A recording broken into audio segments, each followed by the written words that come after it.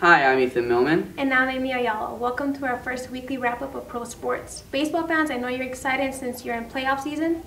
Ethan, what do you have to tell us about baseball today? So last night, the New York Yankees defeated the Baltimore Orioles with a final score of 3-2, as Raul Ibanez hit a walk-off home run in the bottom of the 12th inning. St. Louis defeated Washington with a final score of 8-0, and Oakland defeated Detroit with a score of 4-3, wrapping it up with San Francisco beating Cincinnati 8-3 as well.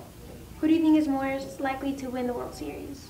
I think that in the end it'll end up being Detroit and San Francisco, as Detroit's offense has been an unstoppable powerhouse throughout the whole season, and San Francisco's pitching lineup is just unbeatable. What can they do in return so they can actually have a chance in winning? Elaborate a little bit. You say that they're going to win, right? Your team, what was your name? The Detroit Tigers and the San Francisco. What can San Francisco do to counter what the offense that they... Well, their pitching lineup alone might be able to put up a pretty good chance against the Detroit Tigers. They're just going to have to limit Miguel Cabrera to not hitting all his home runs he's hit throughout the whole season, as he recently got the Triple Crown, which hasn't been achieved in quite some time. So besides baseball, we also have football right now. What's going on in football, Ethan? So last week, the Patriots defeated the Bills with a final score of 52-21. And it was a record. At first, I was actually getting pretty nervous for the Patriots as a Patriots fan because they were losing, and then they came back defeating them 52-21. But I still think that their defense isn't going to go anywhere in the playoffs, and I'm upset about that. But besides my teams, the Eagles defeated the Giants. The Giants as they missed two field goals. As the Giants missed two field goals in the fourth quarter, which ultimately could have decided the game. So what do you think of the rookie from Baylor so far? Robert Griffin III is a great player. I think that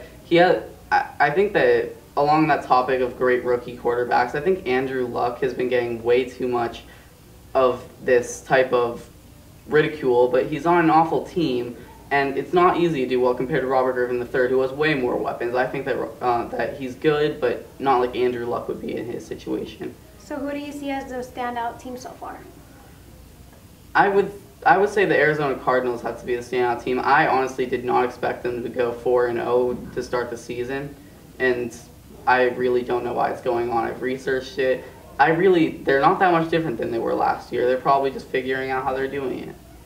So besides football, we also have baseball season that's almost coming. Baseball? Baseball? Basketball. I know you said. We also have basketball season coming, and I'm personally most excited about that because my Lakers got Dwight Howard and Mr. Steve Nash. A disgusting Laker fan. He is an Oklahoma City fan, but I personally believe that the Lakers are going to come out on top. I really disagree with that. I think that the Lakers are a good team, but I think that the Thunder have way too much speed for them. Way too much. What about talent? Well, what? You don't think Kevin Durant, James Harden, and Russell Westbrook have Doesn't enough match what the talent? Lakers have. They have Kobe, Dwight, Powell, who is the most skilled big man in the game. When you think about his passing skills and his range, and you have Steve Nash, who averaged 10.7 assists last season. So, but you don't think... With a mediocre team. You're saying Steve Nash, but you don't think Russell Westbrook at his speed and younger age would be able... With what passing? His passing's pretty good. He averaged almost a double-double every game. He almost averaged the same amount of shots taken as Kevin Durant. So I think he deserved his Who's shots. the leader of the team? Kevin Durant. Then why is he can't act that same. Leadership is not based on who shoots the most shots. Okay, so when Shaq and Kobe was there, what was the problem between the two? Shaq and Kobe. The problem is, okay, come on, those are two completely different. Isn't that completely different because you have two powerhouse players? One's a center and one's a shooting guard. He left because they were... What? It was a power struggle. I know, it was a power struggle, but I don't think it's a power struggle. I think they both know what's going on. It's just, they're both powerhouses. I think that they're both worthy of being able to shoot when they want to and have an equal chance to be able to make all their shots. But if you look at the last season playoffs, when you look at the Lakers and the Thunder, you saw that who was guarding Russell Westbrook? Raymond Sessions. Raymond Sessions got destroyed by Russell Westbrook, and I agree with you on that. But now you have Steve Nash, who has behind him a three-time defensive player. You can't go into the paint just because you want to. It's just, I don't know why.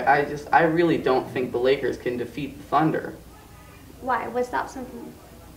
I think that the Thunder, sure, their bench may not be nearly as good as the Lakers, but it's an adequate enough bench to do anything. I don't think that I don't think that the Lakers match up well enough based on their athleticism. You have Kobe Bryant, who's one of the greatest players that ever played the game, and still almost averaged 30 points last season, was second in scoring. You have Steve Nash, who was second in scoring. You have Dwight Howard, who's a 3-time defensive champion. You have Pau Gasol, who averaged 15 points last season when he was getting used to a new offense.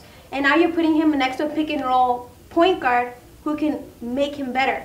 Now, you said Kobe averaged almost 30 points a game. Not that I'm disrespecting him, it's just who else did he really have that was going to really make it so he It doesn't matter about who did he have, it matters about his efficiency at his age. Yeah, yes, but it's Kobe Bryant. The great players are always great. But what you forget to look at too is who else do they have on the team? They have Ron Artest.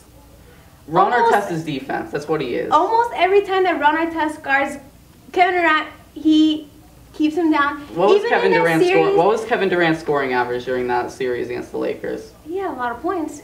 All right. And Kobe scored a lot of points, but who was guarding Kobe? You have to think about who was guarding Kobe. Kevin Durant. But now when you have Dwight Howard, you can't leave him alone in the paint. You think the Thunder, Coach Scott Brooks, is going to keep Kevin Durant on Kobe? I don't think so. I really don't think so. I doubt it. So they put bigger men on Kobe. Like who? I don't know. You don't think Ibaka would do a better job? On Kobe. Why not? Who's gonna guard Dwight? I don't know. Would Cephalosha? Look at the height difference. You can't guard the Lakers. Before their tactic was if someone else is gonna have to score for the Lakers. Now, you're saying height difference. I think the speed is what's going to kill the Lakers. Speed, athleticism, speed wins. Last series, did the Lakers keep down their speed?